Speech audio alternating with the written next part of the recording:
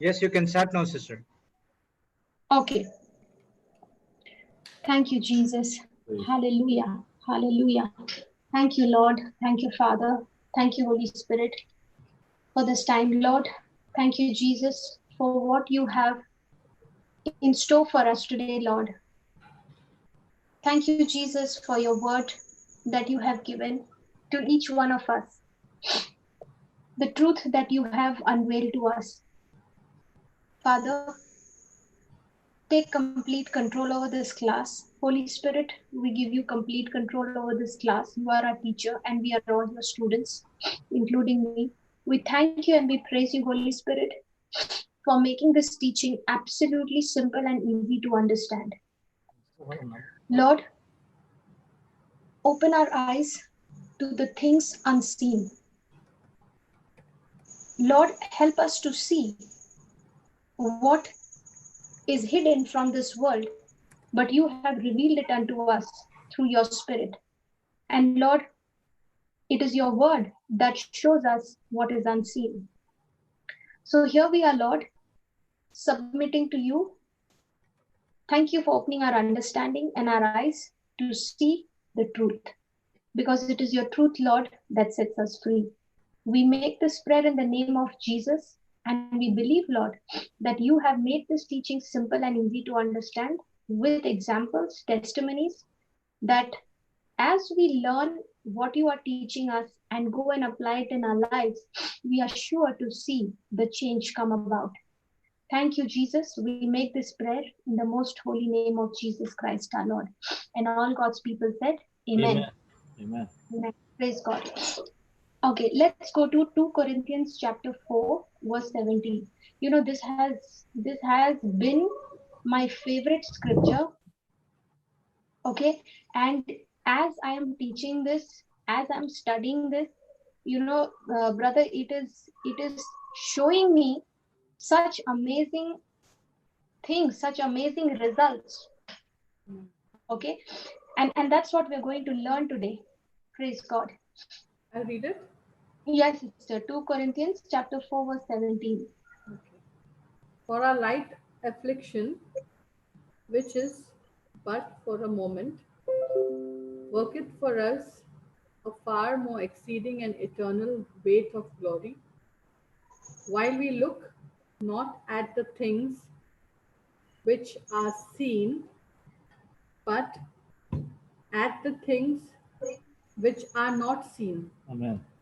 For the Praise things which are seen are temporal, but the things which are not seen are eternal. God. Hallelujah. I am so excited.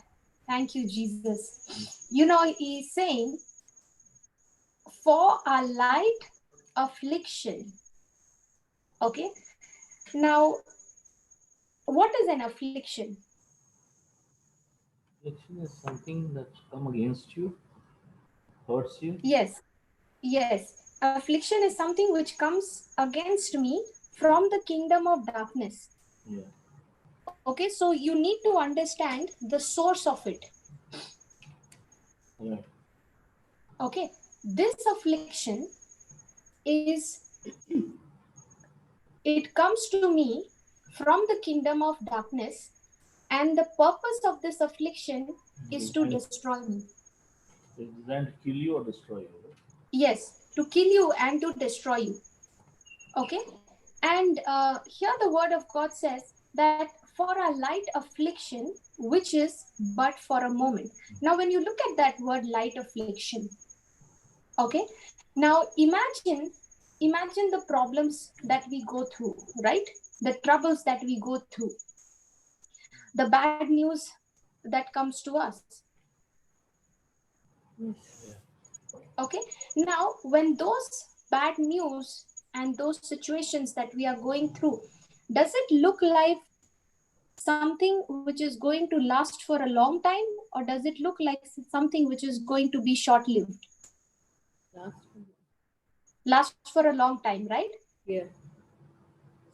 So when I look at that problem, okay, in my view, do I look at that problem or that affliction as something which has come to destroy me, or as something which has come to teach me how I can use God's word, and instead of submitting to it, how I can walk over it. I can Think walk you on. destroy.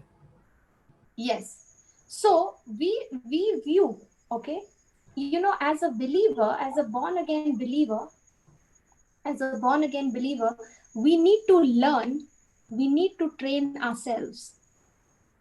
Okay, we need to train ourselves to think, act, and speak like my heavenly Father. Okay, so in this scripture, this light affliction, this troubles that he's talking about, he's saying we view this light affliction, this short-lived trouble, in the light of eternity. Okay, in the light of God's word. Okay. Okay, and then he says, which is but for a moment. This light affliction is only for a moment, but my life with God is for eternity. So as a person, what should my focus be? Should my focus be on what is temporary, or should my focus be on what is eternal? Eternal. Eternal. Let's say when you go for a holiday, okay, and you book a hotel. You book a hotel and you stay in that room. Now, how many of you try to get new furnitures, new curtains, new crockery and all those things for the hotel room? No, Oh, we no, don't. don't need. Because temporary. Ah, you don't try to do anything of those things, right? Yeah. Why? Because it is temporary. Because you know that after a certain time, I'm going back home. Correct.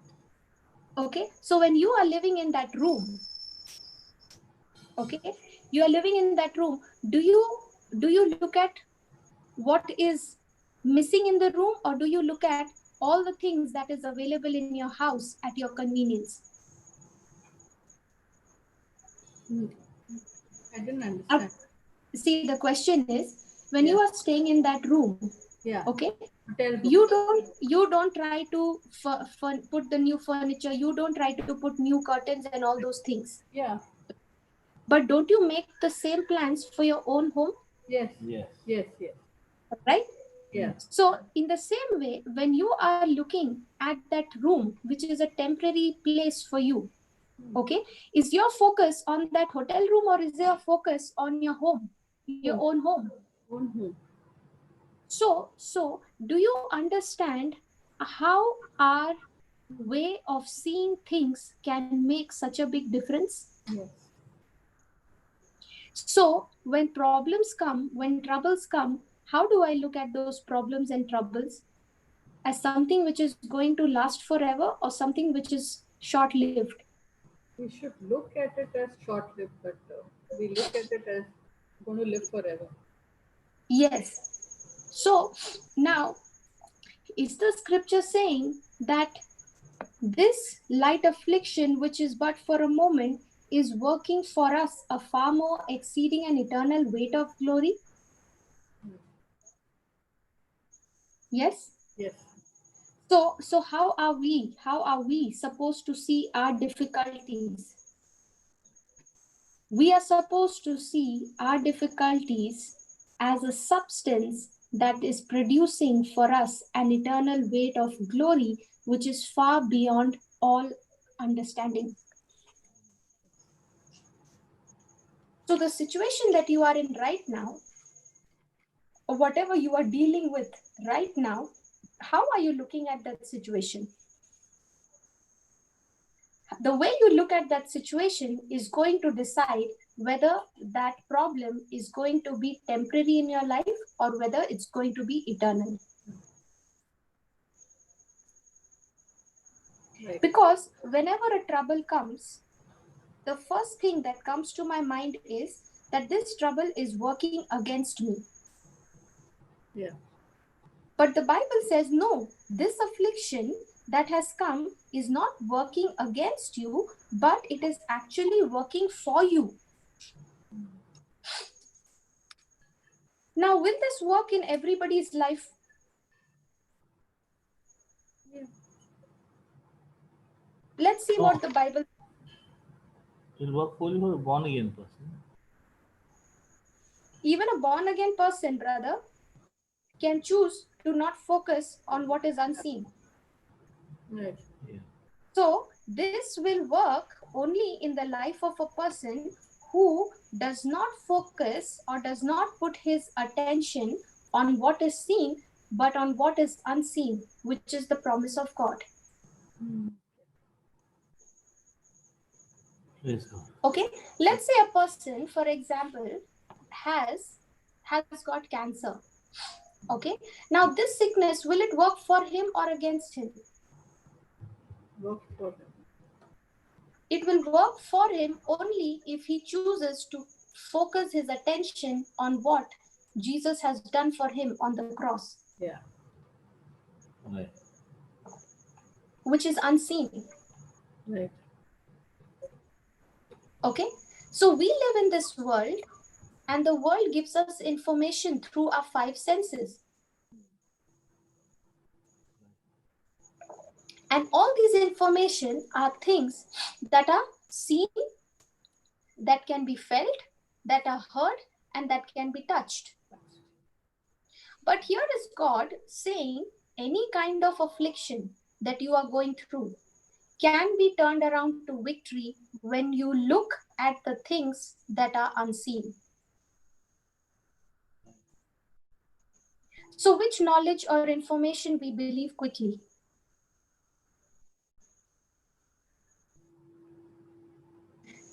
Which knowledge or information do we believe quickly? What the word says or what the world says? World. Word says. World. And in most of the time, we are so quick to believe what our emotions are saying, what our feelings are saying. Right. And the moment you switch over to believing and operating based on your emotions, you are on a path which is not only going to make you uncomfortable, but it will change your direction. Right. Okay, so if you have some affliction that you can see, that you can hear, feel and touch, and if your eyes are fixed on them, then those affliction will kill you and tear you apart. It will never work for you. It will only work against you. Okay, but when you look at the things that are unseen, you know, every promise of God is unseen. How many of you have seen Jesus being crucified on the cross? No. How many of you have seen Jesus's birth? No. None of us, right? But we choose to believe what we have not seen, right? Right. Right. We choose to believe that Jesus Christ is my Lord, even though I have not seen him. Right. We choose to believe that Jesus has forgiven me of all my sins, right? Right. Right. And we also choose to believe that Jesus has cancelled hell for me and he has given me heaven as my eternal home. Yes. How many of you people doubt all this? Do you doubt that?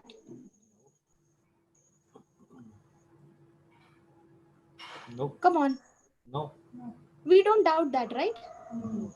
If all these truth, which is the most important miracle that can ever happen in the life of any person, if this is the biggest miracle and we choose to believe it and not doubt it, then why is it that I am so quick to doubt and operate in unbelief when I see troubles in my life? Have you ever thought about it? No. No. You know why you don't doubt that? I think Because we're so used to that. Oh, we get it on easy. We don't have to do anything. God said, "Believe in. I'm a born again." yes, We used to because all that.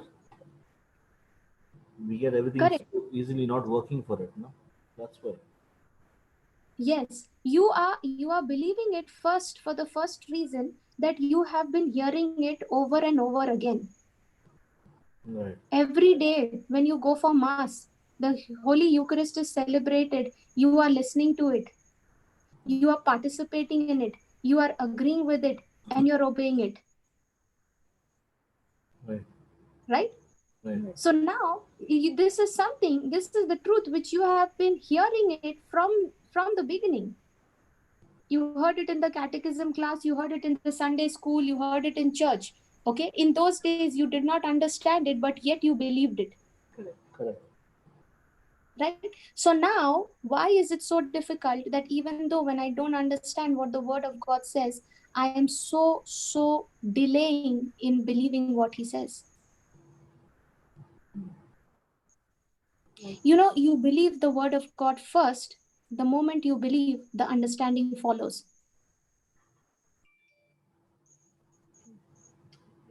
Can you say that again, sister? The moment you believe God's word, the understanding follows. Because to receive understanding, you need to believe that God has given you the understanding. Okay.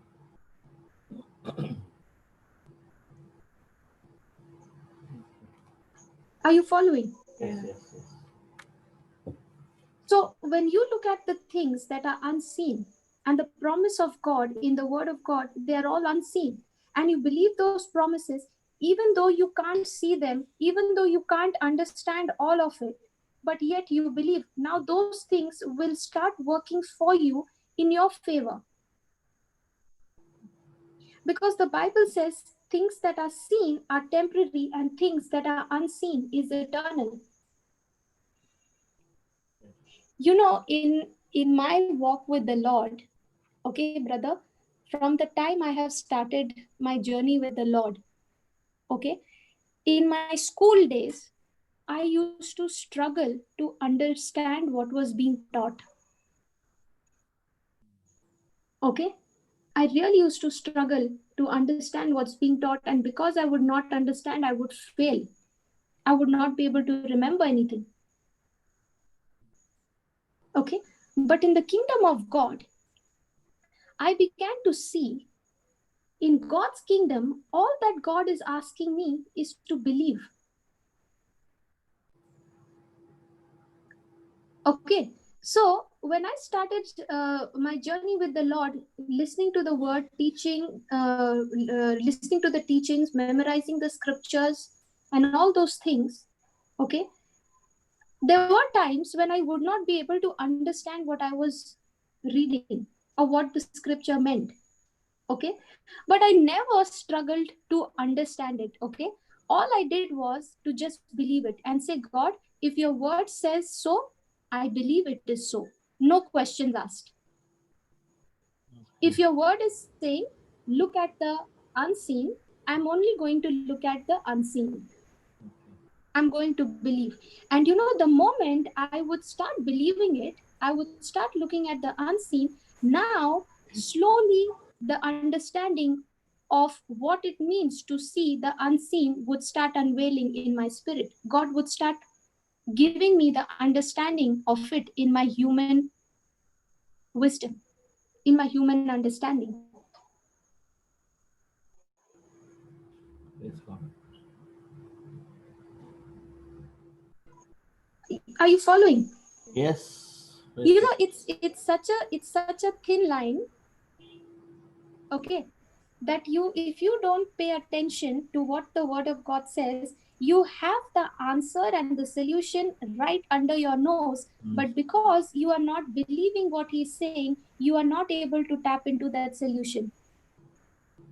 Yeah. And then we keep running around here and there, trying to get solution, trying to ask and say, how to do this, how to do that, while all this time the solution is right under my nose, it's right before my eyes. Praise God. Do you know Did you hear what I made, what prayer I made just before starting the session? I said, God, open our eyes to the things that is unseen. Yes. Is that correct? Yes. Now, do you see what we learned today? The moment I believe God's word, understanding follows. Was this hidden? Did you ever know this? Read the scripture so many times. Even Romans 4:17 says the same thing. Yeah. Did you ever did it ever come to your mind, brother, that to understand God's word, all I need to do is believe? No, that I didn't know. This is exactly what the Holy Spirit. I never had this revelation. It just came right now. Praise God. Okay, and I can remember that this is exactly what was happening in the beginning when I started my journey with the Lord. Because sometimes people will say, sister, how to understand the word of God? Yes. Very true. Right? Yeah. Yes. How to study the word of God, how to spend time. All the answer to this, how to study, how to understand, it all lies in one word: believe. Believe what the word says. And the moment you believe what God's word says and you speak it as it is, now the understanding begins to unfold.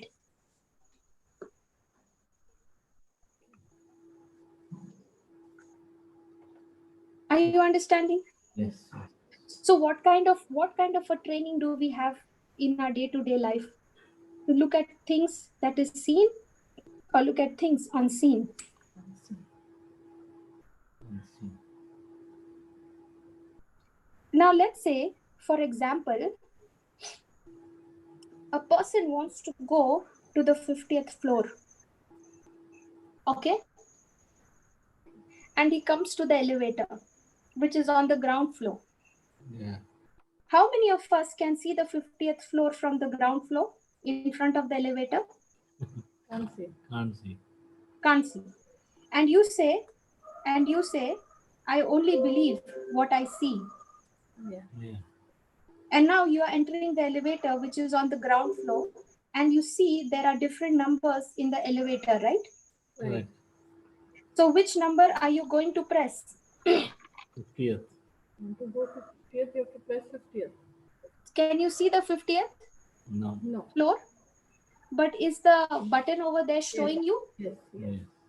That's exactly what the word of God is. It shows me what is unseen. It shows me my healing, my deliverance, my wisdom, which is unseen to my natural senses.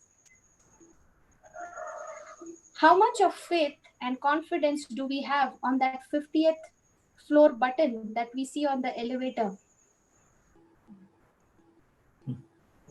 The same confidence do I have it on the word of God, which is unseen?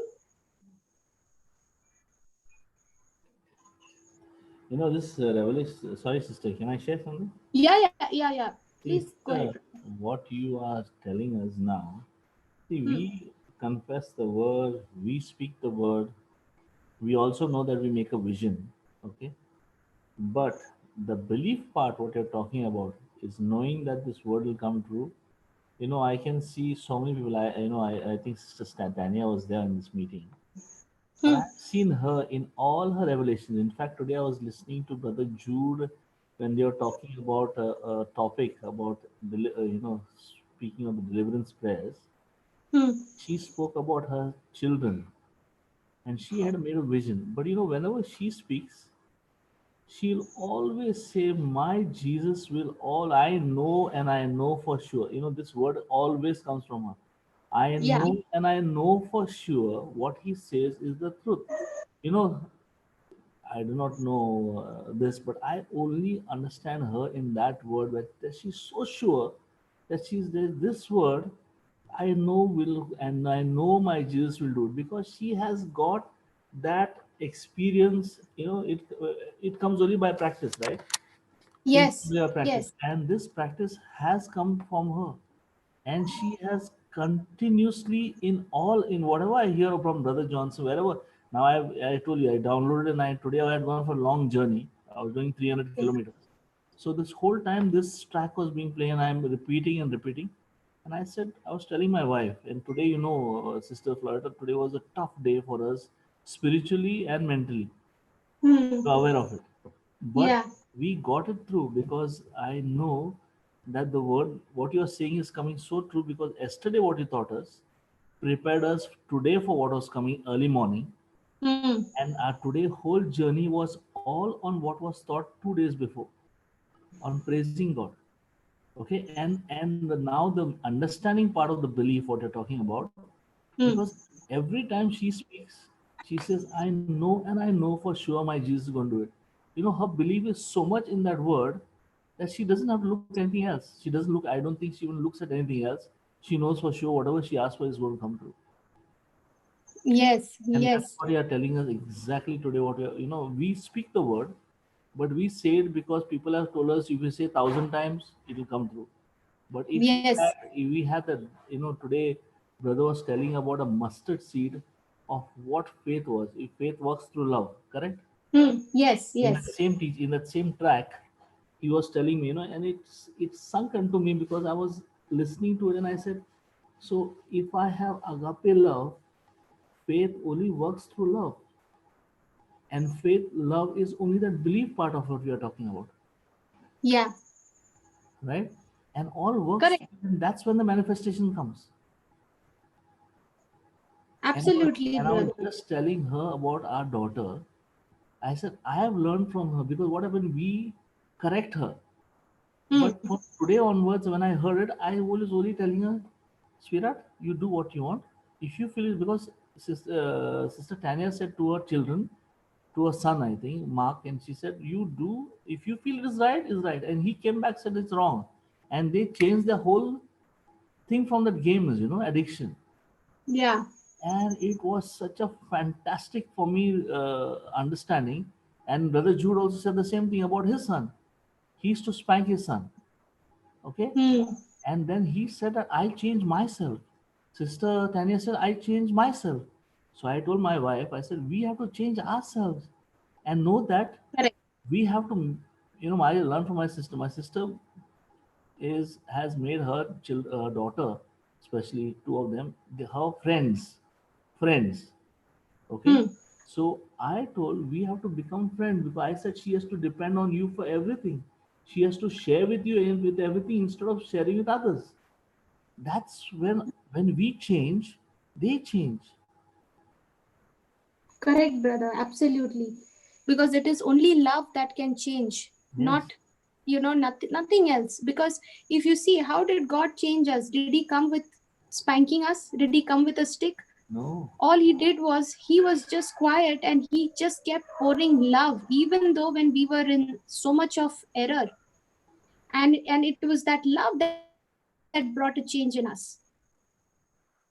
So even for me, I have come to understand one thing. Okay, that no matter what happens, okay, no matter what happens, I know, and I know that nothing can separate me from the love of God. Yes, Lord. That's all I need to know. I don't need to know all the whole Bible. Yeah, All absolutely. I need to know is how much God loves me. That's it. And that settles the matter. Yeah, and And it's, for you and I to know how much God loves us, I have to look into the Bible to see how God poured out his love for me through his actions by what he has done. sister, it's so ironic. No, we depend on friends, we depend on family, not knowing their nature that they're humans. But God said Yes, in His Word, you don't trust in man, but you trust in me. Even though we know the nature of God and He is so true, we don't depend on Him. We trust in man more, we'll depend on our family more, we depend on so on. We lean on to people, but I know that cannot trust them. They can change anytime according to the frequency. But God cannot change. God is so true. His Correct. one oath to Moses is our mankind is still alive. Not Moses, to Noah. His one oath. Absolutely, yeah, brother. We would never be there because the sins we are doing are more than what was that time. Yeah, yeah. I'm sorry to interrupt you, Sheila. No, no problem, brother. See, we are all learning. We are all learning because it is absolutely important, to understand this. The kingdom of God works on this principle. And all Jesus says is that, He has given us one commandment to love one another. Yeah, Okay, and He says, only believe in what I have done. yeah. And yet, believing becomes such a big problem for a born again believer. Oh, yes. Why? Because we are so used to, we are so trained to believe what my senses say.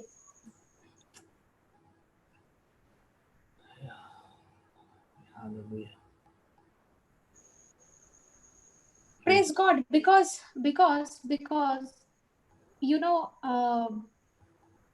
when a person understands, when a person sees, okay, how much God loves, you know there is, in every person's life there is a moment, okay, where God has showed up in the pit, okay, and brought us out. I remember when I am not able to think anything, when the pressure is building up, okay, all I do is I just think of the day when the Lord touched me. I just think of the day when the Lord saved my life from committing suicide. Okay, and I think of those days and I say, God, you were faithful to me at that time, even when I did not know you. Now that I know your nature, how much more reasons I have to believe in your love. Isn't that true? Yes. Yes. Praise God. Thank you, Jesus. Okay, let's understand this. Okay, let's go to John chapter 4, verse 13.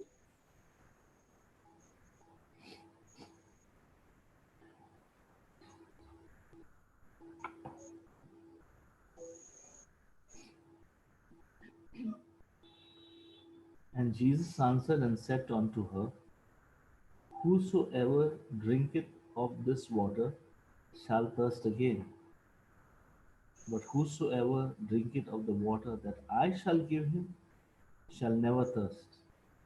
But the water but the water that I shall give him shall be in him a well of water springing up into everlasting life. Praise God. Now, uh, this was a scripture when I was when I had heard, this was the first scripture I had heard Papa preaching. Okay, when I was in the convent, in Bridgettine's convent where I was staying in Bangalore. And during this retreat, when this word was being preached, I was having so many questions. Okay, and here you see, Jesus is saying, if you drink from Jacob's well, you'll be thirsty again. Yeah. Okay, she had come to Jacob's well. Yeah. The Samaritan woman had come to Jacob's well to draw water. Correct. So Jesus is saying, if you drink from Jacob's well, you'll be thirsty again and again. Right. But if anyone drinks the living water I give them, they will never thirst again and will be forever satisfied. For when you drink the water I give you, it becomes a fountain. It becomes a fountain springing up, Yeah. Found it. fountain of the Holy Spirit springing up and flooding you with endless life. Amen. When that lady in that congregation who was suffering from vertigo, okay, when I laid hands on her and I rebuked that sickness, for the first time I learned how to use God's word, how to believe God's word. Okay. And at that time, brother, when the scripture was taught to me, okay, Mark 11:23-24, when that was taught to me, I did not have the understanding of that scripture. Right. Okay. It was my first time, but yet, even though I did not have the understanding, I chose to believe and I took a corresponding action. And when I believed and went into action, this lady with the vertigo problem, she got healed right before my eyes. And that lady said, "My God, this word is so true." Praise God. Now, is it written in that scripture which you just read? Is it written, Jesus is saying, anyone who drinks of this water? Yes. Yes. So, what is that water he's talking about? That water is his word. Anyone who is drinking of his word, anyone who believes his word, anyone who believes his word, in him shall be a well of water. You don't need to be a Christian, a believer, or any other, tags. You don't need to have to believe what God says. Praise God. Whoever you are, whatever state you are in, wherever you come from, the scripture says, whosoever believes in God's word. That means whoever, irrespective of your background, irrespective of who you are, when you believe in what Jesus says, this word has to work for you the same way. So where is this well of water? This well of water will be in anyone who believes the word of God. So in other words, the day you get born again, that very moment God plants a well in you. And in this well is the water that springs forth everlasting life. So where is everlasting life? In heaven or in you? In us. In us. Where is the power to heal and to protect you? In us. In us. Where is the joy and peace of God? In heaven or in me? In me. It's all inside of me. It's all inside of you. Now, a big question is that if this power is in you and me, then why don't I feel it? Why don't I see it? The day I start feeling this power in me, people say this, right? The day I start feeling power in me, then I can go and lay hands on the people. Yes, that's wrong. Right? We are waiting. 1 minute. Just mute. Praise God. Praise God. See, people are waiting and saying, the moment I feel the power, the moment I feel I have experienced, I am going to go into action. Sister, for me, it used to come as soon as I cleanse myself, because Mm-hmm. you just get born again and you get soaked in the word, but then there is a time when you go into a lean period and then you do some things what you are not supposed to do, which is not Hmm. from God's kingdom. Then Hmm. the devil will put, yeah, see, you've done such and such a thing. First and when you want to pray for somebody, the thought will come, oh, first you clean yourself here, go for confession, Yes. go to church, all those things, and then you'll be able to do it. But that's a lie from the pits of hell. Yes. Because when the thought come of praying and using your faith, it's what you're talking about now. Correct. Because brother, what happens many a times, I get so many messages, calls from people saying, sister, I want to reach out. I want to, minister to others. Okay, I want to take the gospel. Okay, but when you get the opportunity, when there is somebody in your family or in your circle, in your office, or anyone who needs help, who needs prayer, who needs some kind of counseling to come out from the problem or the troubles or the sickness that they are going through. When you get an opportunity, how many times do you take use or you make use of that opportunity, and how many times do you start calling others and say, can you please counsel that person? Yeah. That used to. Brother, I have given your number to that sister. I have spoken the word to her. Can you please get in touch with her? Can you please speak to her? Yeah. Come on. Yes. You want to serve, you want to preach the gospel, you want to minister. Here is your opportunity. Take that opportunity and start depending on the Holy Spirit. Yes. Now the person will say that I don't know, I don't know how to do it. I'm very new to it. Come on, you are new to it, fine. But does that mean that the Holy Spirit is not going to help you? Does that mean that the Holy Spirit is only going to work with professionals? How did we learn? How did the others start?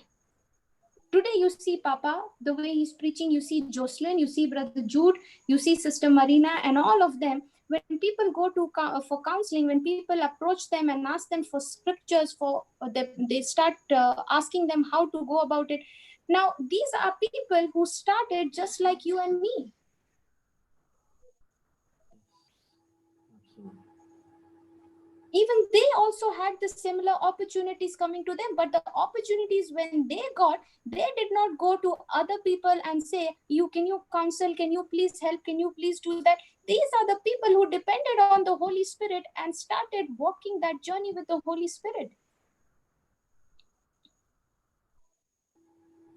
And as they began to learn and depend on the Holy Spirit started showing them how to believe and how to see the word of God working in your life and through your life in the life of others. The very reason you are saying that I don't know, I'm not good at this is my first time, you are putting a limit on God and saying, God, you are not capable.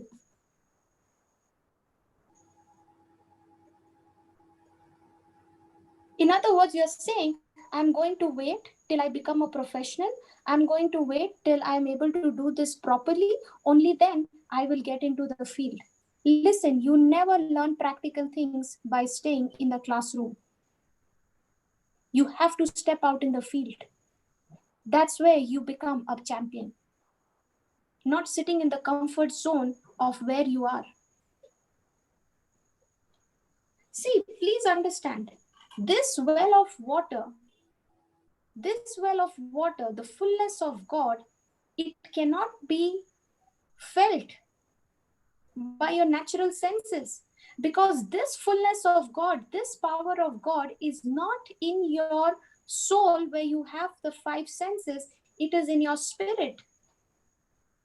And the only way to connect to your spirit is through faith. And faith is not a feeling. Yeah, it's a spirit.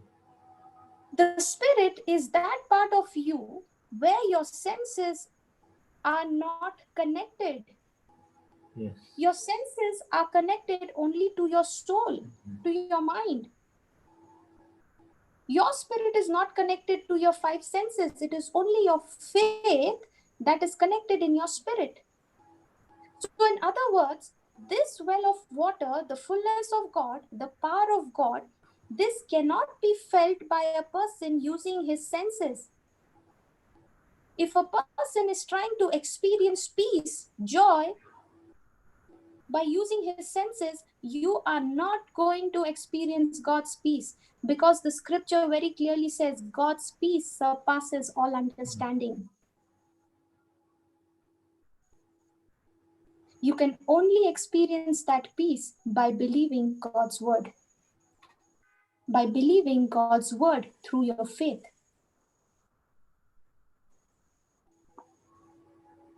That is why in Christian living, in a Christian's life, it becomes a big problem for us to believe, because all our life we believe according to our senses.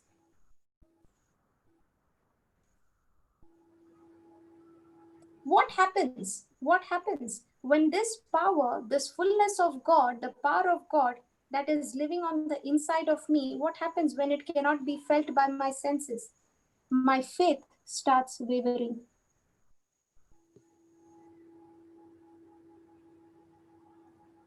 The moment a person is trying to experience God's peace, His love, His power, His anointing by using His senses, by trying to see the manifestations of it in their life, if you're trying to connect with the fullness of God, the power of God using your senses, you will never be able to see it.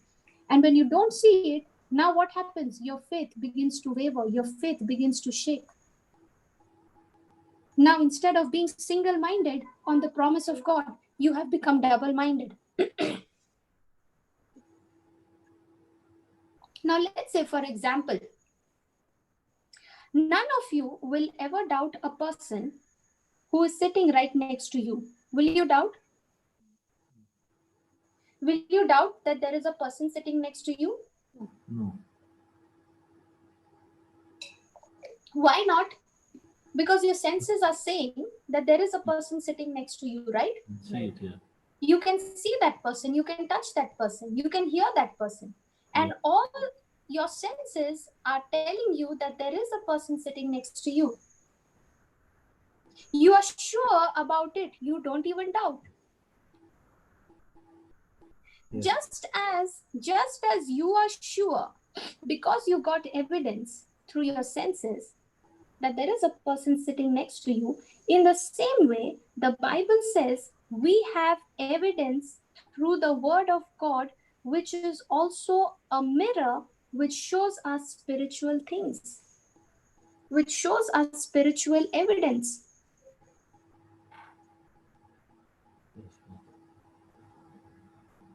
Are you following? Yes. Now, Jesus said, in us is a well of water that brings forth everlasting life. Now, if he said that, do you agree with it? Yeah. If you agree with it, my next question to you is, do you believe it? And if you are believing it, if you believe, you should always have joy and you should always have peace. Right. Right. That's what the scripture says in Romans chapter 15 verse 13.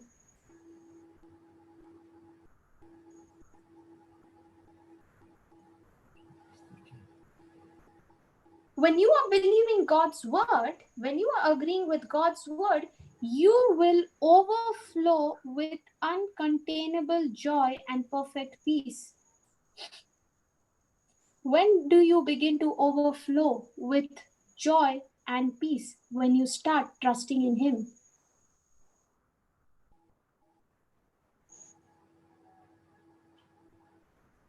Hallelujah. Praise God. That's why the scripture says our God is a God of hope. Yeah. Another God of hope. Let's go to Romans 15 verse 13. I'll read. Yes, sister. Now the God of hope fill you with all joy and peace in believing, that you may abound in hope through the power of the Holy Ghost. Okay, read that once again, sister, and read it very slowly. Now the God of hope fill you with all joy and peace in believing. Pause. When will the God of hope fill you with all joy and peace? When you believe. When I'm believing. Now, when you are believing, you are filled with joy and peace. Now, when you are filled and overflowing with joy and peace, what happens? Continue. That you may abound in hope. Now, when you are filled and overflowing with peace and joy of God, when you start believing His word, now you are abounding. You are abounding, you are increasing in hope. And how are you increasing? How are you abounding in hope? Through the power of the Holy Spirit. Amen. Now, does the scripture say the God of hope? Yes. And he says the God of hope fill you with all peace and joy, or does it say with some peace and joy? All With peace. all joy and peace. So if the Bible is saying God of hope, what is a hope?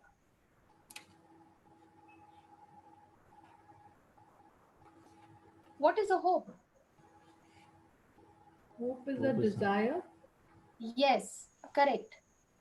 Hope is a desire.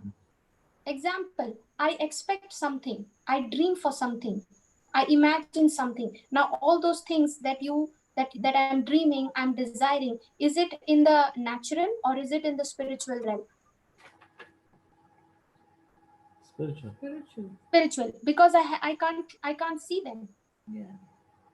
right? Yes. Yes. So what is in the natural realm? Anything that you can see, No. anything.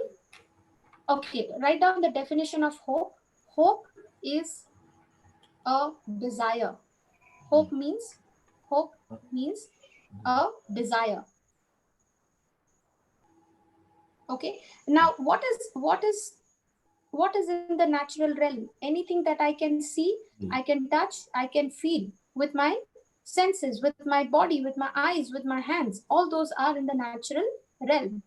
What is in the spiritual realm? Anything that you cannot see, anything that you cannot touch, feel, is in the spiritual realm. Yes. Now let's say, for example, I can hope to have a big house. Yeah. Now that big house is a hope. It's an imagination. It's an image. I cannot go and stay in that house right now as I am desiring it. Correct. So hope means an image that you make in your mind. The Bible teaches us our God is a God of hope. He is not a God of hopelessness. He's a God of hope. So he is the one who first wants you to have hope. Before you can have faith, he says you need to have a hope, because faith is the substance for that hope. If you don't have the mold, where are you going to put the batter? Right. If you don't have hope, then there is no question of faith. When God created the world that when before creating, what was it? It was a hope. It was a desire. And when there was a hope, he provided the substance in it by speaking his word, and that substance called faith fulfilled and brought that hope into manifestation. Now, let's say for example, a person is sick, okay, and doctor gives him 2 days to live. What happens to his hope? Hope is finished. It has become from hope, it has become hopeless. Plus. So now he has already accepted it, already believed. He is already accepted death, so there is no hope. And faith can only work when there is hope. Faith can only work when there is hope, and this faith can work through love. So hope is something that I imagine, and faith is that substance that is used to supply to hope.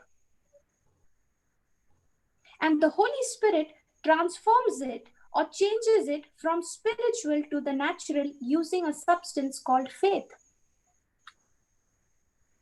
So let's say if I have no hope, if I have no imagination, if I have no image, no picture of what I want to see, now will faith give the substance? To have hope. Yes, it will not give because you don't have hope itself. Okay. So if I have no hope, faith, which is the substance, cannot go and work anything because it has got no goal, it has got no mold. When your goals are clear, your faith is strong. Right. When you are unsure about your goals, your faith is also wavering. Whenever a person hopes something, that hope should always be tied to the promise of God. Because if you make hopes based on your understanding and based on what you want, okay, that hope is a desire which you have created. Okay, and there is no guarantee that it will come to pass. But when you make hopes based on the word of God, there is 100% guarantee that it has to come to pass, because that is God's word, and God's word never fails. Amen. Any hope that is made which is not covered under the promise of God, those hopes cannot be fulfilled by faith. Let me repeat it again, and if you want, you can write it down. Any hope that is made, are you writing it? Yes, yes. Any hope that is made which is not covered under the promise of God, which is not covered or backed up by the promise of God, those hopes and desires cannot be fulfilled by faith. Those? Hopes and desires. Those desires and hopes cannot be fulfilled by faith. Now let's understand this, okay? Let's say a person is married, okay? He looks at another woman and hopes she becomes his wife or desires to make her his wife. Now, the Bible does not allow that. So, no matter how much he uses his faith, it will not happen. It will happen if he walks in the flesh, because planting a seed in the flesh will always bring destruction in his life.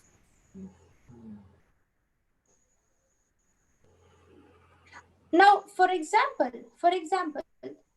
a person can hope saying, Lord, you are my provider, you are my protector, and I thank you, Lord, you have set your angels charge over me. And tonight, Lord, I have made a decision. I hope I am going to go and rob the bank. And I know, Lord, you will protect me because you are El Shaddai. You are the great I am. And Lord Jesus, when I go and rob the bank and I get the money, I will be faithful to you. I will give you not 10% tithes, but I will give you 20% tithes.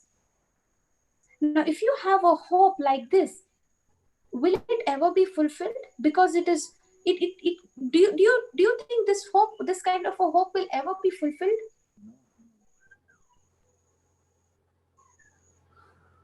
Oh, Come on. no. Why? Because this hope is not covered under the promise of God. Now a person can hope to have a house. The person can get married and say, I want a job, I want this, I want that. Good. The hope is good. It is covered under the promise of God. But any hope which is not tied to the promise of God remains a hope. And such hope is called wishful thinking.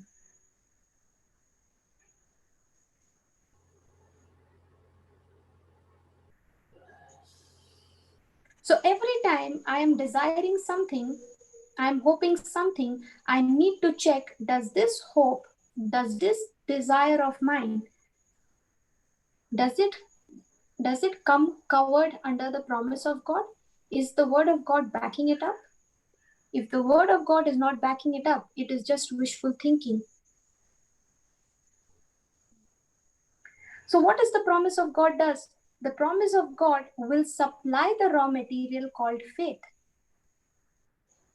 That's why Romans 10:17 says, right? Faith comes by hearing and hearing by the word.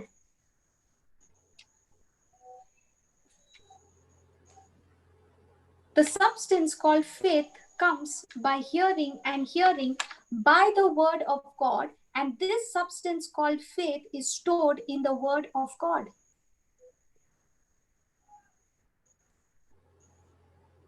Are you understanding? Yeah.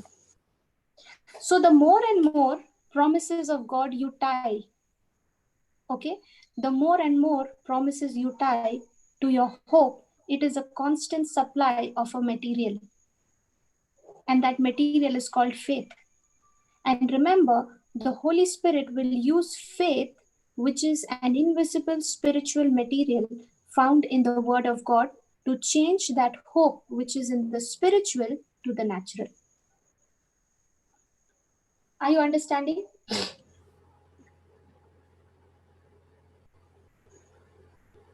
Now,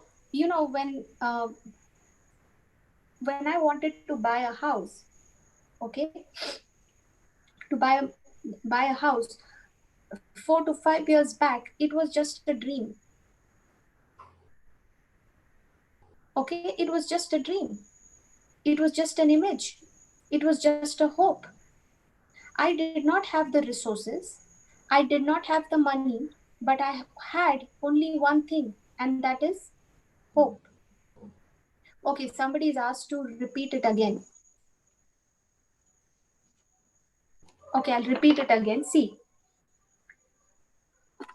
what? Okay, I'll just ask. Thank you, Jesus. See, uh, uh,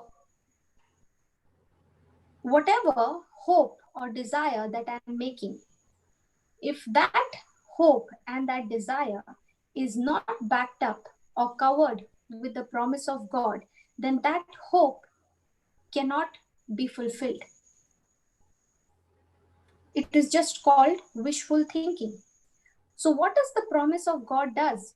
When you take the promise of God and you tie it up with your hope, now this promise of God will supply the raw material called faith. The substance called faith comes how? By hearing and hearing by the word of God. So where is the substance called faith stored? The faith is stored in God's word. And this substance called faith, which is stored in God's word, the Holy Spirit will start taking this faith, which is in the word of God, as you start believing it, as you start confessing it, as you start agreeing with it. Now the Holy Spirit will use faith, which is an invisible spiritual material found in God's word. He will take that faith and change that hope which you have built on the word of God. He will bring that hope which is in the spiritual to the natural. Did you follow? Yes. Okay. So when I wanted to buy a house, okay, when at that time it was just a hope. It was just an image. I did not have any resources to buy that. No money, nothing. But all I had was a hope. Now, what did I do with this hope? I began to tie the promises of God to this hope. And I began to labor in God's kingdom. Please understand, the moment this desire came, I began to ask God and say, God, show me from your word the promises that you have given to me in this area. And as I began to search, the Lord began to show me the scriptures which began to back up what I was believing for. And I began to take each and every scriptures and started tying it up with what I was believing. So as I was beginning to take those scriptures and start tying it with my hope, now I was no longer thinking about when will that happen, when will the house come? How will the money come? Where will I find the house? Which location? And all those things. I was not bothered about that. All I was doing was believing God's word. And as I was believing God's word, instead of sitting and thinking how the things will happen, who will help me get it, when will it happen, I got myself busy in laboring in the kingdom of God. I began to go and teach the scriptures. I began to go and preach. I began to go to the hospitals and pray for the sick. I never chased my dream. I did not chase my dream. I only chased my God. And I began to ask God every day, God, show me today where I need to go. Show me, Lord, what I need to do. I only kept chasing God and his kingdom. I was only laboring to do what he had asked me to do, what he had assigned me to do. And the more and more I continued to do what he had assigned me to do, on the other side, God brought forth people in my life with the resources who had the same vision, the mission to go and do it together. And today I am living in that house. Yes, Lord. God began to bring people who were helping me to do all the legal work. God began to bring people in my life whose problems I had once solved. I did not even know. I had forgotten about them, and God began to bring those people in my life.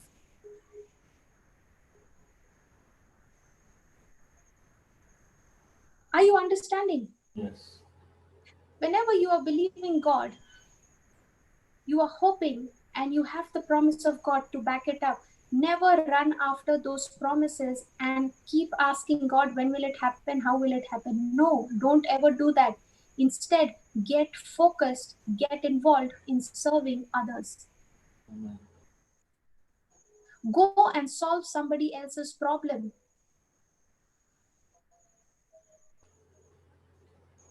Thank you. Whatever you hope, okay, or whatever hope you have made according to the promise of God, the next question to ask is, are you believing in that promise?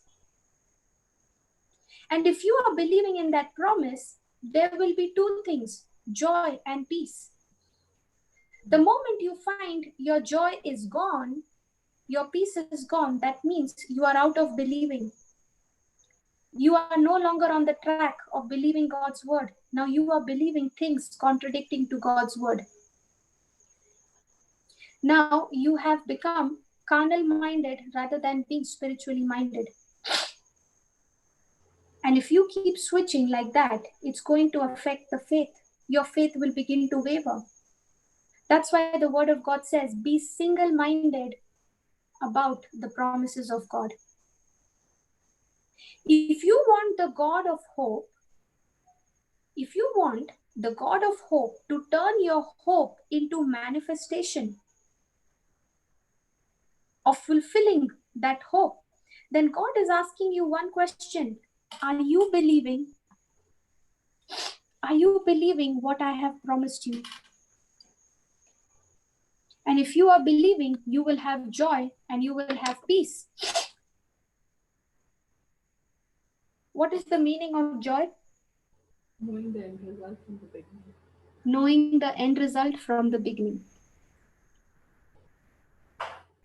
So, even though I know the end result from the beginning, why is it that I get disturbed?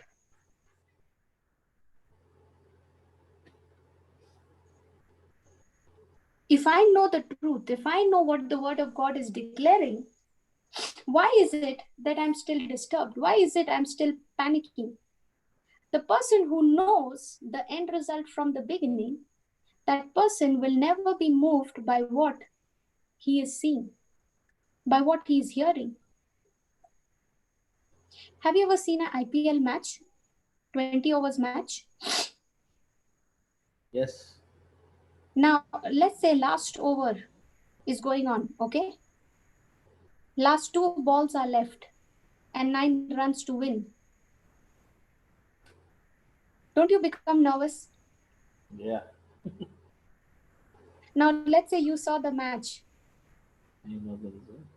Okay, you saw the match, and Royal Challengers Bangalore won the match. Okay. You watched it, okay, but let's say the people, your friends who was supposed to watch with you, they did not watch it. They were not there, but you watched it. Yeah. Okay, in the evening when the highlights are going on, they both are sitting and watching the match, and they don't know the last ball is going to be bowled, and they don't know what will happen. How will both of them react? Yeah, they'll be nervous. They might be biting their nails, Yeah. right? The Correct. other person, out of nervousness, might end up biting his fingers also, right? Now, Correct. why is there a difference between the two? Why is there a difference between the person who has not watched the match and the person who has watched it? Yeah. Because the person who has watched it, Knows, that person knows, knows the result. that person knows the end result, because that person has seen it. That person knows my God is faithful, because my God has rescued me in the times past when I was in the pit. I know my God is faithful. I know my God is not a liar. I know his word says many other afflictions of the righteous, but my Lord delivers them from all. In the face of a problem, what do you know?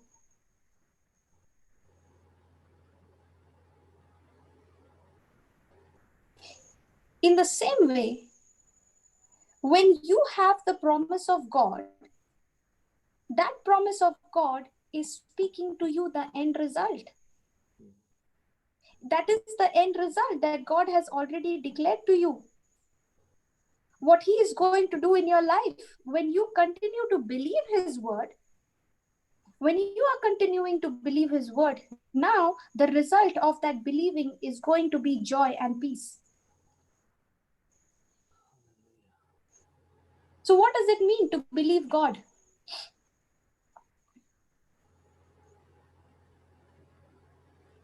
Don't we give this counseling to others? Believe in God. He Yes. will see you through. Now, when you are giving that counseling, believe in God. He will see you through. What is the person understanding? The person is understanding, all I have to do is believe in God. But if you don't make that person understand, when I'm saying believe in God means believe in his word. How many times we give these kind of counseling to people? Believe in God, everything will be fine, Yeah. but not giving them the word of God. Correct. See, you say I believe in Jesus. Satan also believes in Jesus. So when you say I believe, you are saying the promise of God that God has given to me as a gift, I believe it is mine. That is what is called as believing. When you are believing, you have to open your mouth and say. You have to open your mouth and say, I believe it is mine. You remember those 4 words that always work we learned? What were those 4 words that always work?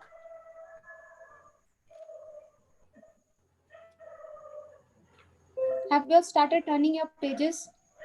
Yeah. Yes. The 4 words that we learned, what was it? Come on, has it slipped out of your heart? I believe, I receive. Yeah. Do you remember Mark 11, 23, 24? Yes. I Yes. Yes. Yes. I believe I receive. So when you are saying, I believe, I receive, what are you doing? You are saying, it is mine. I take it by faith. Have you ever lost your joy? Yes. Every time you lost your joy, you lost your battle. That's why the Bible says, the joy of the Lord is my strength. What does that mean?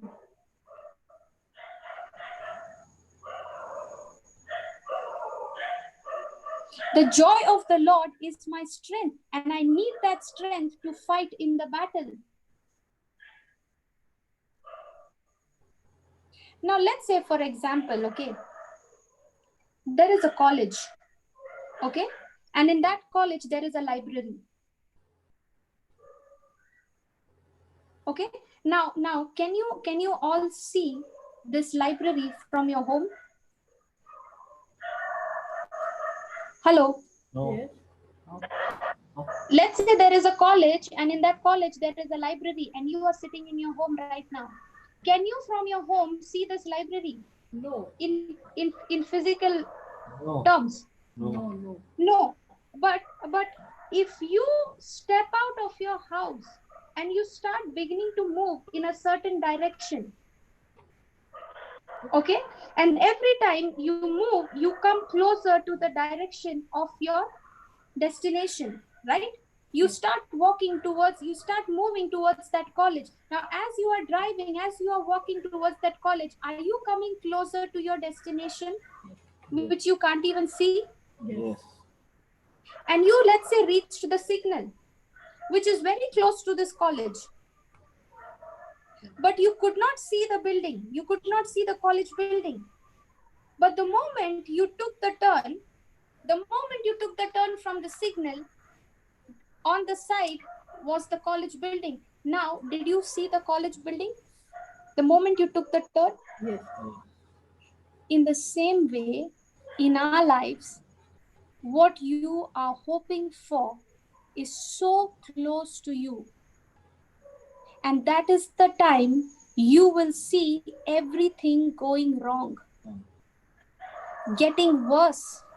That is the devil putting maximum pressure on you to tell you it is not happening. Yes. You will hear people speaking words contradicting to what you're believing. You will see circumstances, past experiences, past failures will come against you to remind you that what you are hoping for, what you're believing is not happening. If the devil can turn your hope into hopelessness, even though you pray day and night, faith will not work.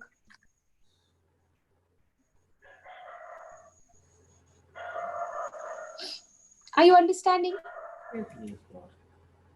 So from now on, whenever I make a hope, I must always make a hope based on God's word, on his promises. Never make a hope without the promise of God, because such hopes without the promise of God will not come to pass. It is only called wishful thinking. And you know what? Most of the people, most of the people in Christian life are not operating in hope, but they are operating in wishful thinking.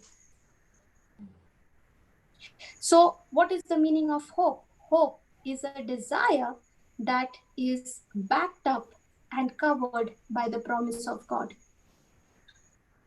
Please write it down. Hope is a desire that is backed up and covered by the promise of God. And any hope which is not backed up and covered by the promise of God is called wishful thinking.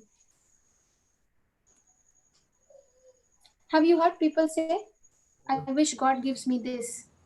I hope this happens. I wish that happens. But it is not tied up to the promise of God.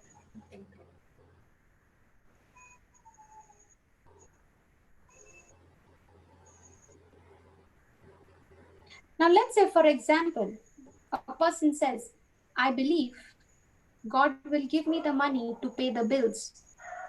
I believe God has given me the money because he said he is my provider. Now, when you hear something like this, I believe God will give me the money to pay the bills. Now, is that a prayer of hope or is that a prayer of faith? Let me repeat it once again. If a person is saying, I believe God will give me the money to pay the bills, Okay. Is that a prayer of hope or is that a prayer of faith? Hope. Hope. I believe God has given me the money. Is there a difference? Yes. Yes. Faith. So is that a prayer of hope or is that a prayer of faith? Faith. Faith. So when a person is saying, I believe God will give me the money to pay the bills, that's a prayer of hope. Hope. But when a person says, I believe God has given me the money because He said it in His word, He said He is my provider, and He has said that He supplies all my needs according to His riches and glory through Christ Jesus. Now that is a prayer of faith. Amen. Yes, I have the hope. Now, when I tie that hope with the promise of God, now faith is supplying that material to the hope and changing it to come into reality. As long as you are saying, God will give me the money, God will give me the money to pay the bills, you are only hoping. You have not yet tied that hope with the promise of God. But when you take the promise of God and say, I thank you, Lord, for you have given me the money, I have received it by faith because you said that you are my provider and you provide everything to me. You supply all my needs according to your riches. Now that is called tying the promise of God to your hope. Now, when you tie the promise of God with your hope, now faith begins to supply the material to the hope and changes it to come into reality from the spiritual to the natural.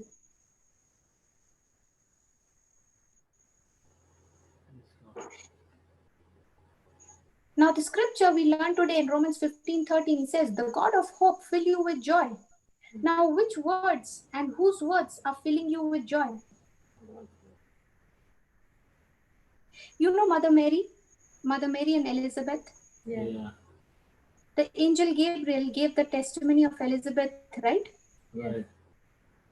He gave the testimony of Elizabeth to strengthen Mother Mary's faith. Yes. So that testimony became a point of reference for Mother Mary to increase her faith to believe that Elizabeth, who has been barren all her life, has reached a stage where she is pregnant now. What is the angel talking about to her? Pregnancy. What is the testimony he's giving her of pregnancy? So that testimony, along with what has been, along with that explanation, is now increasing her hope. Now, when the hope came into Mother Mary, she exercised her faith by agreeing to that hope by saying, "Let it be done according to me, according to your word unto me." She believed that even though my cousin is barren, she conceived. So Yes, she believed that it was possible for her to become pregnant by the Holy Spirit even though she was not married. yes, That's what triggered it. yes. Praise God. So when hope came into her, she exercised her faith. How did she exercise her faith? By saying, "Be it done unto me according to your word." Amen. And that's Now, when she took the word given to her by angel Gabriel and tied it to that hope that she had along with the testimony, and she began to pay attention, she began to ponder, it continuously supplied what? Joy and peace. And how did this supply of joy and peace come? When she believed.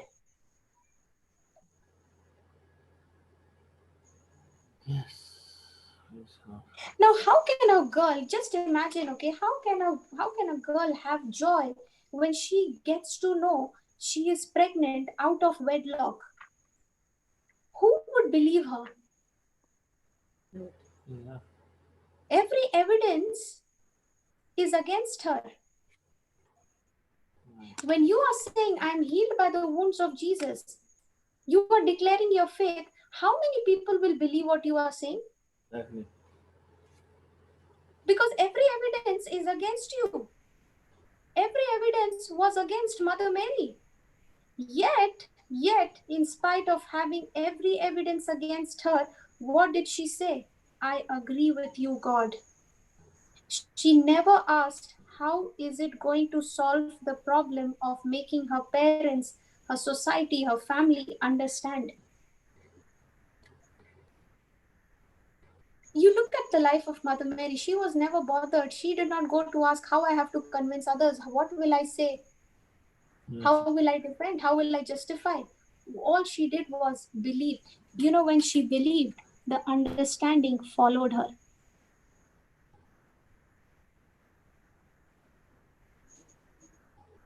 And you know why she is not interested in all those things? She is not interested in understanding how she will talk to people, what she will say, because she is so fixed on the promise of God, because she knows that the God who has spoken is faithful and he is not a liar. You know what is our problem? We make good hopes. We have the promise of God. But the real problem is we ask, tell me how this hope will be turned into reality. Can you tell me when will you do it, God? Who will you use to do it? The question almost always is, when will it happen? Yeah, when will you do it? Who will you use? How will it happen? Who will you send? Come on, use the resources God has given you to benefit others.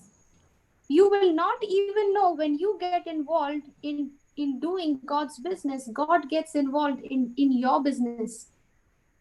Yes. You will not even know this hope that there has come, that you have been believing, how it has come into reality.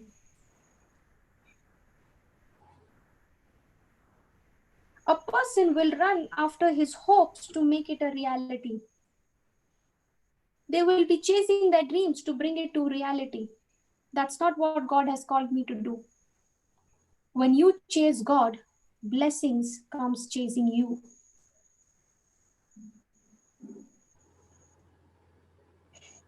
Do your God-given assignments. Do what God has asked you to do. And when you get busy doing what God has asked you to do, you get busy in your assignments, you are doing what God is saying. Now, just like how the baby in the womb of the mother begins to develop, in the same way, your miracle is also in development. It is growing. How many of you wonder how to form the legs of the baby, the eyes, the nose, the hands, the fingers? Do mothers worry about that? How to form? Or is the mother only supposed to feed and take right nutrition and everything inside the womb is working? Yeah.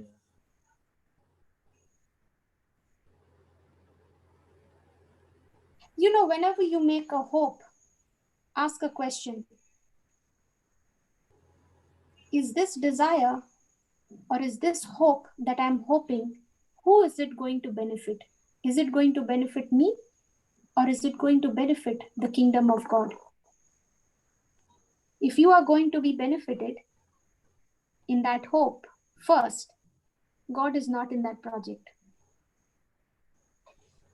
If your dreams and your hopes are only focused on yourself, me, myself, my family, my husband, my wife, my children, if your dreams and hopes are focused on only on yourself, God is not in that project. God gets involved in those dreams when others are going to benefit through you in that project. Come on, start thinking big. Don't just look at what your needs are. When you get busy in solving others' problems, God gets involved in solving your problems.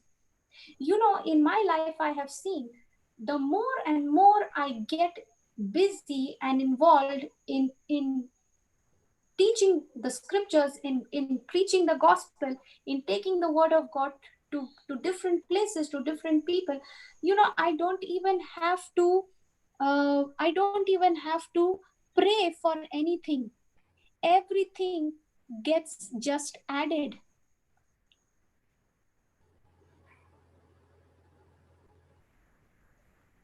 Are you understanding? Yes. Yeah. Yes. I don't even remember when was the last time I prayed and asked God for something. I don't remember. It's been 8 years.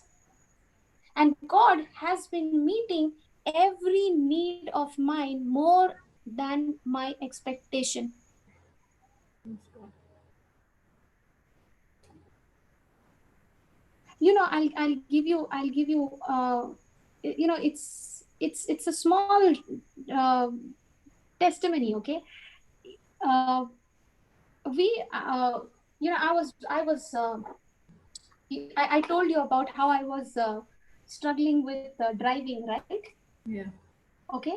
And it was my desire. I really wanted to drive, and I wanted to have a car. Okay. Now, what for? So that I can use that vehicle to bless the kingdom of God. Okay. So I was thinking, when I would go for prayer meetings, I would always, there would be people who would not be able to go back home. Okay. There were people who would be really poor and not be able to go home. So what I would do, I would take them along with me in my cab. Okay. And drop them at a place where they want to get dropped. So I was saying, God, if I have my own car, now I don't have to depend on the cabs. I can drive and I can drop them wherever they want. Okay. Now, is that hope that I am having, is it for my benefit or is it for the kingdom's benefit? Kingdoms. Okay. Now, when I made that hope, okay, I began to tie that hope with the word of God, with the promise of God. Okay. And I was saying, usually about cars and things like that. Okay. The discussion that happens, it happens between my father and my brother. Okay. Because these are the thorough professionals when it comes to cars. Okay. So I was saying, the discussions were going on and they were deciding, we'll take this car, that car, and all those things. Okay. But something or the other, either whatever my brother was liking, I was not liking it. What my dad was liking, my brother was not liking it. So there was a lot of disagreement. Okay. And it went on for a year. Are you understanding? Yes. The discussion is going on, it's gone for a year, it's almost a year. Okay. And I'm saying, God, whenever I make a hope, okay, see, God, whenever we make a hope, we must be specific. Okay. That's why the word of God has to be tied, the promise of God has to be tied with your hope, because it is the word of God that gives you clarity. Okay. So I began to take the promises of God, and I began to say, God, I need the car that I want. Okay. That I need a blue color car. Okay. And I was very specific even about the color. The there are different colors. Okay. When in the blue shade, so I was very specific about the metallic blue color. Okay. And I said the car has to be in this color, it has to be automatic. Okay. And it has to be within this amount. Mm. Okay. And these are the requirements. Okay. And I also said which is the brand. These four details I had believed. Okay. And I Mm. said this is what I want. I was very specific. So for 1 year, every car that my brother, my father, they are discussing about, okay, is nothing close to what I was believing for. Okay. And they said, okay, see, if we are getting the car, my brother and I, we both have to drive. So I said, okay, fine. So it came to a point wherein my brother was saying, okay, we need to make a decision soon. We need to make a decision soon. So I said, okay, fine. Since I told him, I said, you go and you take whatever you like. Okay, you take whatever you like. So now when I'm saying you take whatever you like, now what is happening to my hope, to what I'm believing? Is it coming to pass? No, because even he does not know what I was desiring for, what I was believing for. Yes. Okay. So my dad and he had almost finalized on a car. Okay. And they said, okay, we'll go and make the payment and we'll get it out. Okay. Just a week before, when he was supposed to go and make the payment for that car, he finds out about the car. Okay. And he says that, there is one more car that my friend has showed me. I'll go and check it out. Okay. And I said, okay, we'll go and I said, you only go and check it out anyway. You take whatever you like. Okay. So I was not forcing my hopes and my desires on him. I said, okay, you take whatever you like, no problem. But I know for sure, if I don't get this car today, okay, someday or the other, I'm sure to get it. Okay. So I said, go ahead, you buy what you like. So uh, just a week before, he went and he sees the car. Okay. And he sends me a photo of that car. Okay. And the moment he sent that photo, okay, that car is exactly the same which I had imagined in my hope. Yes, God. Blue color, metallic blue, fully automatic. Okay. The model which I wanted, the same. The brand which I wanted, the same.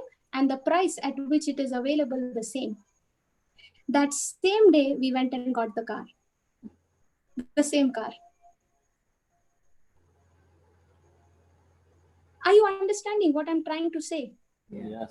So did you and Sister Marina go and make the visions together? No, brother.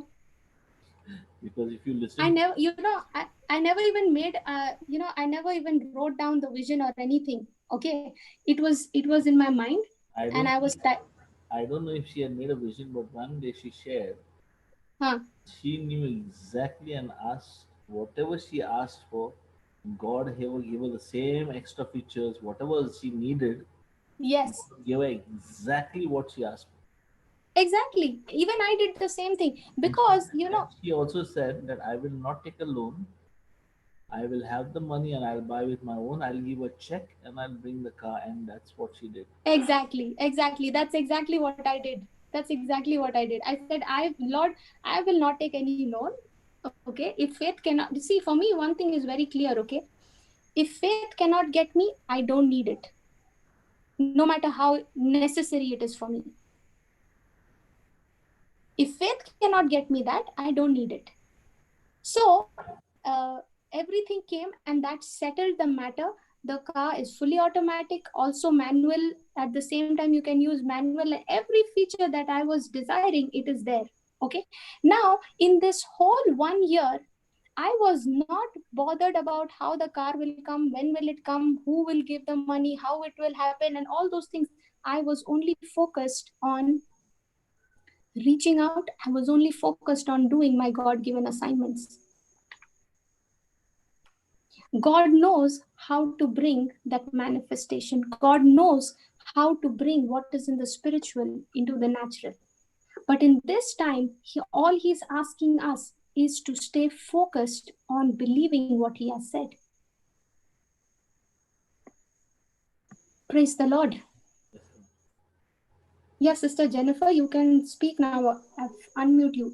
For all those affected by coronavirus. Hello? Hello, Yeah, sister. can you hear me? Yes. Yeah, sister, just a small testimony. I have a friend who I travel by train. I used to travel by train. Now the trains have stopped in Bombay because of the, coronavirus. But I have a train friend who had adopted, a young girl, around 6 months old, and that child was born on the same day in the in the home where she was given to be adopted, as my daughter, same age, Okay. same year. And I got very attached to her, and my daughter became her friend in school. So she never had children for many years, and she adopted this child, and always very overprotective, always worried for the child, because she adopted the Okay. child when she was quite old, like she was probably in her late 40s when she adopted this little baby. So she was always protective, always worried what will happen to my child's future. And ever since I've started hearing you and listening to the word of God, what I do is in the morning I keep some time where I Hmm. at least give her call her and give her 10 minutes of your teachings. And Okay. I've been saying the agreement prayer with Brother Johnson had given for children, for finances. So I told her, you and I will make an agreement for your daughter and my children together. And my younger daughter is waiting for her 10th standard results, and so is her daughter. But her daughter was a slow learner, so she put her in the slow learner course. Certain schools have the slow learner course, and because of the Hmm. pandemic she only gave 3 papers for her 10th standard, and the rest were cancelled, 3 or 4 papers. And my daughter was giving the regular SSC, all the papers were over, only one paper was left. So she started complaining that God didn't allow my daughter to even do these papers, and how is she going to prove herself, and what is her future going to be, and all that. So I started Hmm. calming her down, and I've been giving her your word, whatever you say every day. And today, sister, Okay. every day we've been saying the agreement prayer over children. Today she Hmm. tells me, Jennifer, I used to always fear what will happen to my daughter, but suddenly now I do not fear. Any fear is not there in me, because I've started relying on the word of God. So the scripture she has started marking in the Bible now, and she's saying Praise now God. I'm not fearful anymore. I know God will take her daughter's name is Blossom, will take her to places Okay. and make her what He wants of her. So I just wanted Amen. to Yes. testify that she was, Absolutely. if you have to listen to her, you would always say, my goodness, so she's so much worried always about her daughter, always, worried, what if I die, who will look after her? Hmm. Every time she kept saying this, and she's like around 56 or 57 now, but that fear was Okay. always there in her. And today she just told me, when we was doing the agreement prayer and we finished, she said, I want to tell you something, Jenny, that I don't fear anymore. I'm so happy. I'm so full of life now for Blossom. And, I know that God will take her, even though she's given 4 papers, she will get a good result. She will go to a good college. And I've told her that that's the way you need to pray. So I just wanted to Yeah. share this testimony. And sister, I had a housing loan. Hmm. I had taken a loan, and the rate of interest was almost 9.70. So I, Okay. went to the bank and I said, during this pandemic, is the bank going to do anything? I, put an application to them. And yesterday, unexpectedly, so first my loan got reduced last month to 8.7 by the bank.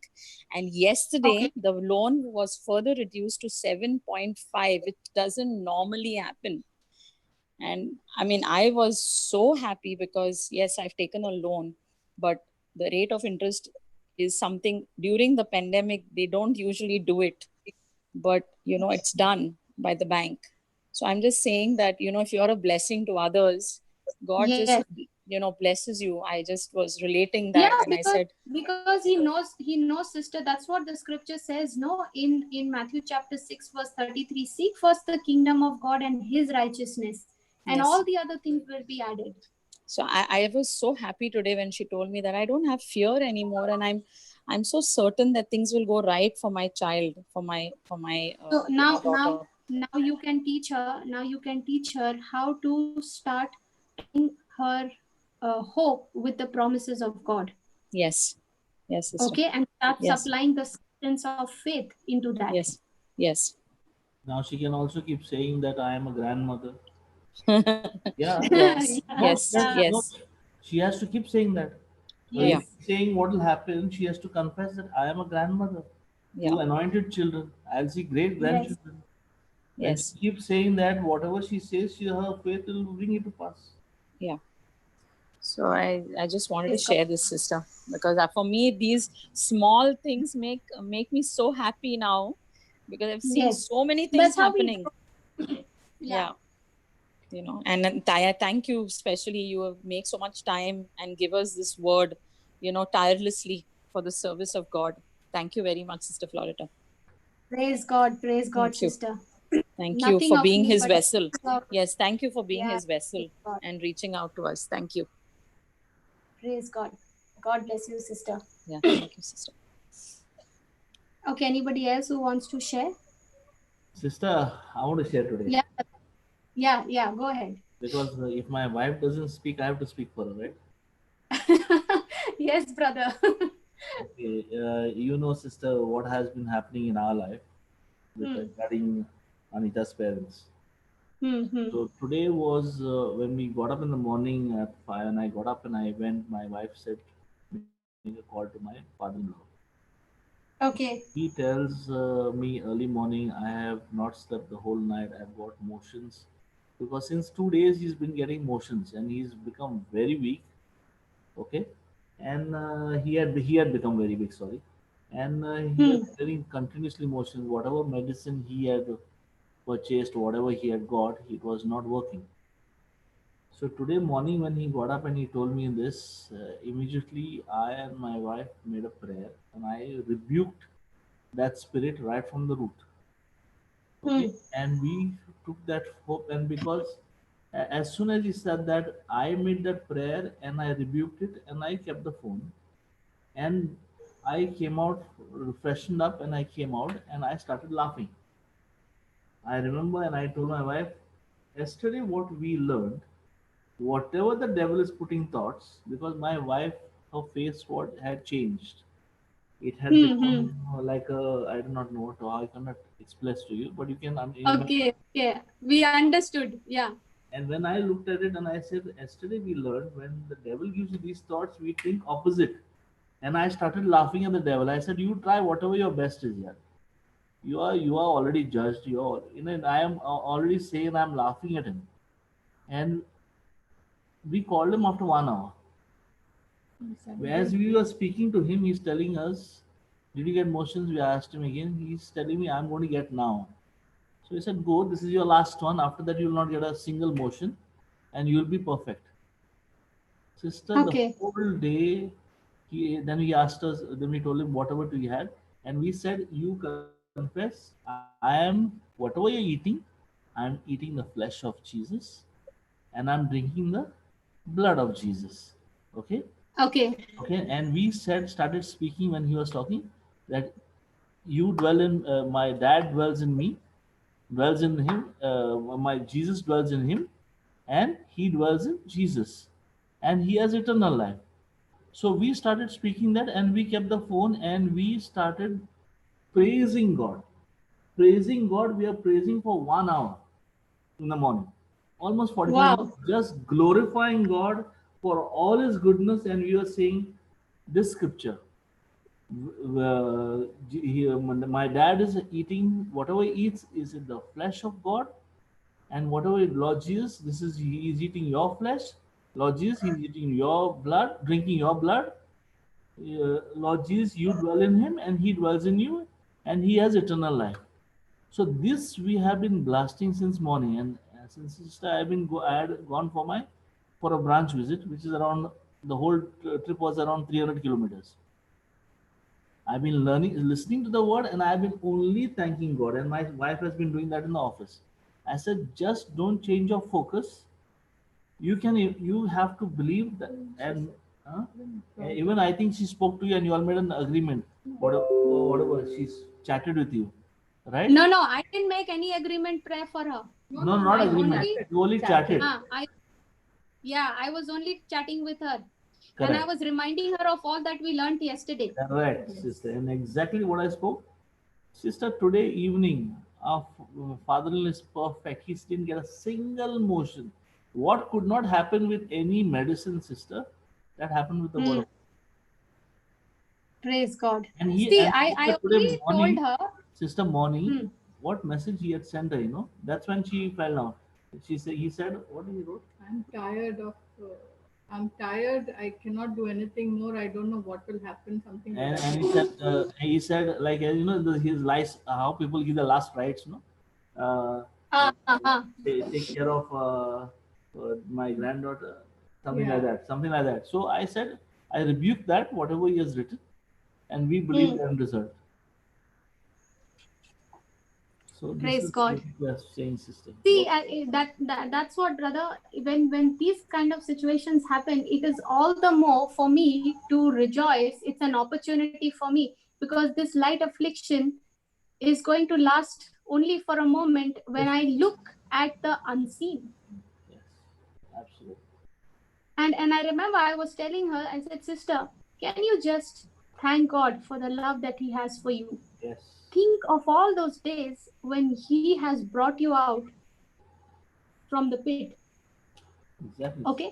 So when you are thinking about the problem, you are going to be consumed by the problem. And that's what the enemy wants. Yes. And when you are getting consumed by that problem, when you're thinking, you are cooperating with the enemy. Absolutely. Praise God. Sister, it gives us such joy that when you know how to bash up that guy, okay, Hmm. when you have the understanding and you know that whatever negative thought comes in you, it is just going to be the opposite. When you are aware of it, you have everything. You just have to open your mouth and blast that guy out.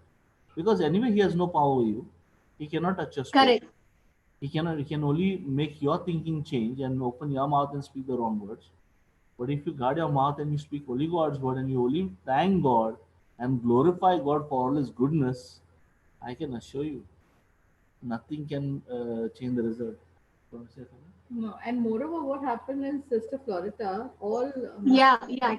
my cousins and all were saying, this is a symptom of COVID, and taking him to the hospital was a big challenge, because now you just cannot go even to a hospital, and he's 82. My father's 82, but he's still strong. Okay. So, those all whoever were looking at him, they were like, it's not possible, and I don't know what will happen. And so I really didn't know what to say. That's the time when we started thanking and praising God, and we continued it for the whole day, and then just got a message from him saying that he's feeling much much better, and his motions have completely stopped. Just that once he got in the morning. So That now, also was to change our focus system. That happened only when we are talking to Him. Sister, I have understood one. Okay. These things won't happen. Okay, all these days since the time we have been listening to the Bible, we have been speaking that we will have one soul or somebody or the other coming to share the word. Correct? And Hmm. my wife Hmm. has been sharing the gospel with many people.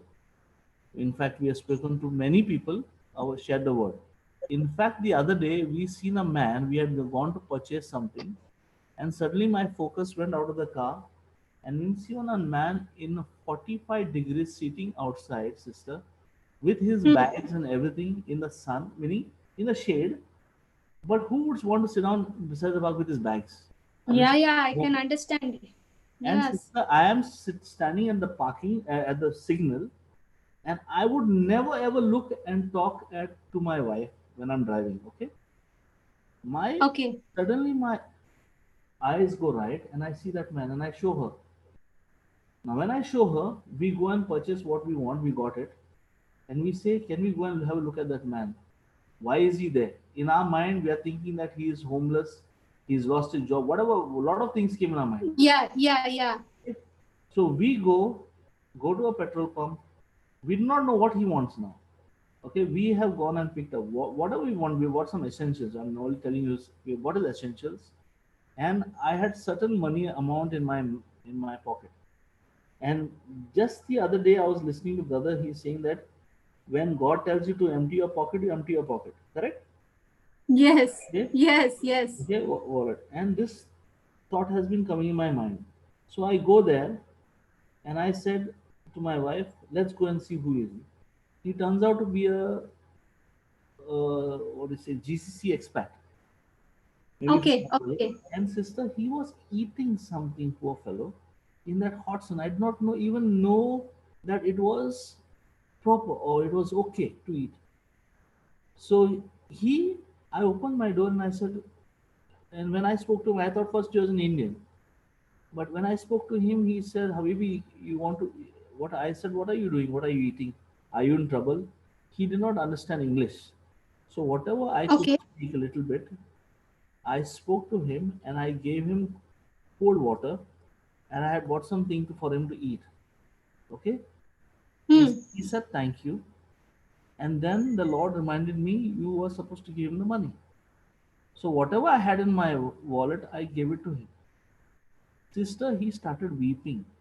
And I told him, my brother, I do not know what you are and what you are going through. But I said one thing is there. He was a Muslim. So I told him there Okay. is Isa. And they know about Isa as Jesus. Yes, yes, yes, I said, yes. there is Isa who loves you. I do not know why I came to you. But whatever you're going through, I believe that God has already touched you and He has sold all your promises. And this is what He has told me to give it to you, and I gave Him. He started weeping, sister. And I knew for sure that time the Holy Spirit showed me to him, him to me, that Hmm. we had to be a blessing. And I knew there'll be opposition coming.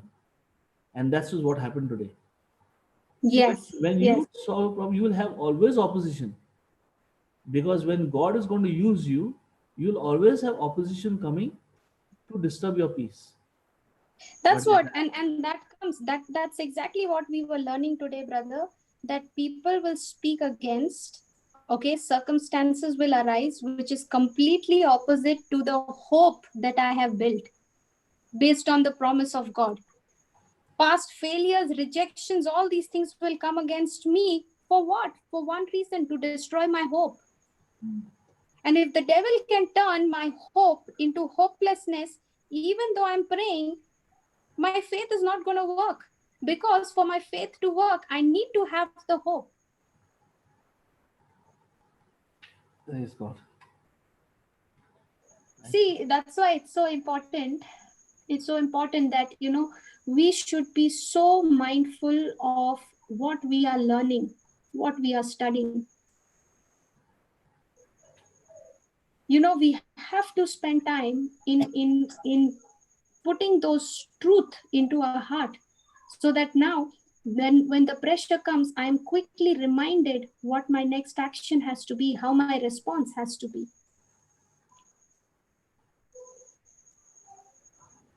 Praise God. Thank you, Jesus. Thank you, Jesus. Okay, so any other questions, any other testimonies? If not, we can say the closing prayer. I think Sister Joycey has got something to say to you, sister. Who, brother? Sister Joycey has sent a message to you. Yeah, she's written it. Praise God. The way you preach, even the church priest or the religious nuns won't preach such like you. God is great. Praise God. Nothing of me, sister. Everything of the Lord. Yes, amen, amen. Thank you, Jesus. See, this is what I'm saying, that not just me, but each and every person can be like this. Yeah. Each and every person, and God is available. Holy Spirit is available to help you.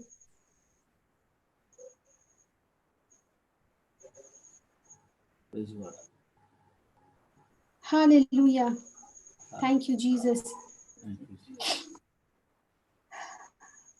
Brother Jude, go ahead, make a prayer today. Me? Yes, brother, go ahead. Father God, I thank and I praise you for all your goodness. There are no words to express how great you are, how dependable you are. In everything, your word is always a yes. Whatever we ask for, you are always given us beforehand, and you said to take the kingdom by force. I thank you, Lord, for strengthening us day by day with your word, your understanding, and your knowledge, for opening up our spiritual minds to receive your word with understanding so the roots are so strong that no matter what comes against us, we will stand strong against the flood, Lord. Thank you, Jesus. No matter what the opposition throws at us, we are always on the winning side, Lord, because you are with us. Your word Thank is you, Lord. the spirit that comfort us, Lord Jesus. There's nothing that can surpass us. Lord, your word says that no matter what the flood is, you will take us a level up. Thank you, Jesus. You said even the waters come, you'll take us a level up. No matter we go through a fire, Lord, nothing will harm us, Lord. I thank you, Lord, that we believe in you, we believe in your word, and we trust in you, Lord, knowing your nature that you are a true God, a living God who lives inside of us. You know beforehand whatever we need, even before we ask, Lord. And I thank and I praise you for all your goodness, for your mercy, Thank, for surpassing all understanding. Lord, what eyes have not seen, what ears have not heard, what has not even entered our heart, those things, God, you have prepared for us because only we love you, Lord. Thank you, Lord, yes, for Lord. loving us, for blessing us, for anointing us, and filling us with your Holy Spirit. We give you glory and honor, and all God's people said, Amen. Amen. Amen. Thank you, Jesus.